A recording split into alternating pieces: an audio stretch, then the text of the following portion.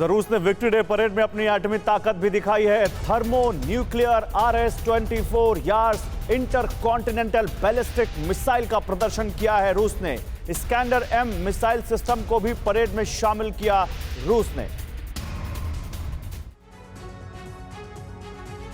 Victory day parade में रूस ने दुनिया के आगे अपनी महाविनाशक एटमी ताकत का बिना किसी झिझक और बिना किसी हिचक के खुलकर प्रदर्शन किया। सबसे ज्यादा सुर्खियां बटोर रही रूस की ये intercontinental thermo nuclear RS-24 yards ballistic missile. करीब 12,000 किलोमीटर तक मार करने वाली इस मिसाइल की रेंज का अंदाजा इस बात से लगा सकते हैं कि अमेरिका, ब्रिटेन और यूरोप के बड़े बड़े शहर इसके एक प्रहार से खाक में मिल सकते हैं। 16 पहियों वाली गाड़ी पर सवार होकर निकली करीब 50 टन की ये थर्मो न्यूक्लियर बैलिस्टिक मिसाइल बहुत घातक है। जब ये 24.5 किलोमीटर प्रति घंटे की रफ्तार से लक्ष्य की तरफ झपटती है, तब दुश्मन को संभलने तक का मौका नहीं मिलता है। ये अपने साथ एक नहीं बल्कि 10 बम ले जा सकती है और एक ही वार में कई टारगेट तबाह कर सकती है। यूक्रेन से जंग के बीच रूस की तरफ से न्यूक्लियर हथियारों का जिक्र कई बार हो चुका है। ऐसे में इस महाघातक एटमी हथियार की नुमाइश यूं ही नहीं है। रूस ने इसके जरिए अपने विरोधियों को खामोशी से ही सही लेकिन एक बार फिर से कड़ी चेतावनी दे डाली है। जी हाँ, बिल्कुल। देखिए मेरे ठीक सामने में मैं देख पा रहा हूँ रशियन मिसाइल की साइज। देखिए कम से कम ये 25 से 30 मीटर लंबी रशियन मिसाइल्स बड़ी बड़ी गाड़ियों में यहाँ से गुजर रही है। और वहीं देखिए विक्ट्री डे परेड से पहले नेटो को रूस की तरफ से बड़ी धमकी। परमाणु युद्ध हुआ तो आधे घंटे में बर्बाद हो जाएगा NATO. Russia state space corporation के डायरेक्टर हैं रोगोजिन, उनकी तरफ से यह बड़ी धमकी सामने आई है। यूक्रेन के कंधे पर बंदूक रखकर युद्ध लड़ रहे नेटो देश, रोगोजिन की तरफ से कहा गया है।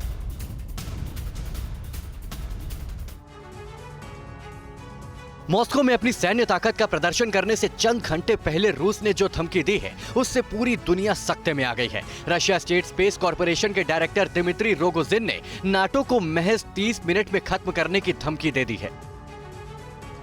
रोगोजिन ने कहा कि रूस महज आधे घंटे में नाटो देशों को तहस नहस कर सकता है। उन्होंने कहा कि नाटो देश यूक्रेन के कंधे पर बंदूक रखकर युद्ध लड़ रहे हैं। नाटो को धमकी के साथ रोगोजिन ने दुनिया के सबसे अमीर अमेरिकी कारोबारी एलन मस्क को भी यूक्रेन को संचार तकनीक और उपकरण मुहैया कराने को लेकर अंजाम भुगतने की चेतावनी दी है। एलन मस्क रूस के खिलाफ खुलकर यूक्रेन का साथ दे रहे हैं। उनकी स्टारलिंक उपग्रह प्रणाली यूक्रेनी सेना को ड्रोन युद्ध जीतने में बढ़त दे रही है, क्योंकि इस तकनीक से रूसियों के टैंक आसानी से ट्रैक हो जाते हैं। एरियल टोही तकनीक का इस्तेमाल रूसी ड्रोन पर हमला करने और व्लादिमीर पुतिन की टैंकों की सेना को निशाना बनाने और संघर्ष में उनकी स्थिति को ट्रैक करने के लिए किया जा रहा है। और मॉस्को में विक्ट्री डे पर पुतिन का संबोधन, आज उन्होंने सीधे नेटो को चुनौती दी है। अमेरिका और यूरोप को पुतिन ने कड़ा संदेश दिया, नाजियों के सामने कोई समझौता नहीं होगा। ये कहते हुए पुतिन, दुश्मनों को हम करारा जवाब देंगे। 9 मई का दिन हम सब के लिए पवित्र है। पुतिन ने आज मॉस्को के लाल चौक से ये सख्त संदेश दिया।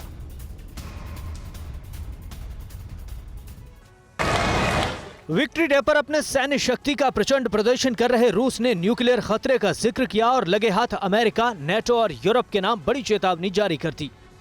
रूस यूक्रेन के साथ भीषण जंग लड़ रहा है, लेकिन रूस के राष्ट्रपति व्लादिमीर पुतिन विक्ट्री डे पर मॉस्को के रेड स्क्वायर पहुंचे तो उनके चेहरे पर कोई तनाव नहीं था। मेहमानों और सेना के अधिकारियों से हाथ मिलाया और अमेरिका, नेटो और यूरोप के खिलाफ बेहद सधे शब्दों में कड़ा संदेश दिया।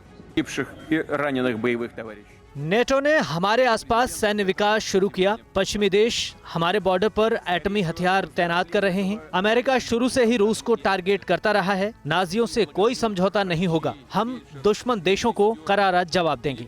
पुतिन ने कहा कि नेटो देशों की अलग ही योजना थी, वो हमारी बात सुनना नहीं चाहते। इससे पहले पुतिन ने शहीद सैनिकों को श्रद्धांजलि दी, शहीद सैनिकों के परिवारों के साथ संवेदना जताई और कहा कि डोनबास में हमारे सैनिक हमारी मातृभूमि की रक्षा के लिए लड़ रहे हैं।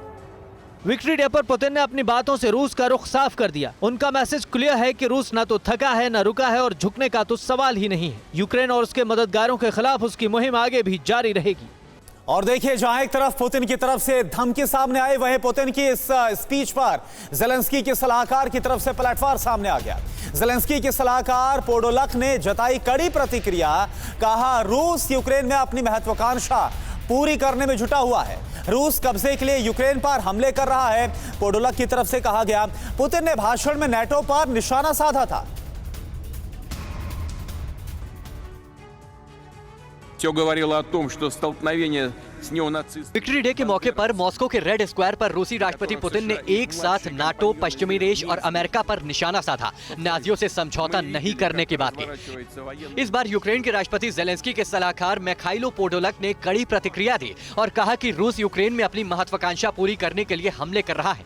पोडोलक ने कहा कि हम एक बार फिर से दोहरा दें कि नाटो देश किसी भी हाल में रूस पर हमला करने की मंशा नहीं रखते हैं, न ही यूक्रेन की क्रीमिया पर हमला करने की नियत है। पोडोलक ने कहा कि रूस की सेना अपने देश की रक्षा में जान नहीं गंवा रही, बल्कि दूसरे देश पर कब्जा करने के चक्कर में मारी जा रही है।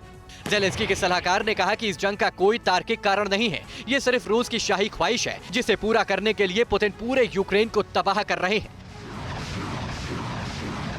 पुतिन ने अपने भाषण में कहा कि वो नाजीवाद के खात्मे का जिक्र किया, जिस पर जेलेंस्की ने भी पलटवार किया और कहा कि यूक्रेन पर जो हमला हुआ उसे नाजियों ने ही अंजाम दिया है, जिसका डट कर मुकाबला किया जाएगा। अड़ी सोमवार से शुक्रवार शाम 6 बजे सिर्फ TV9 भारतवर्ष पर।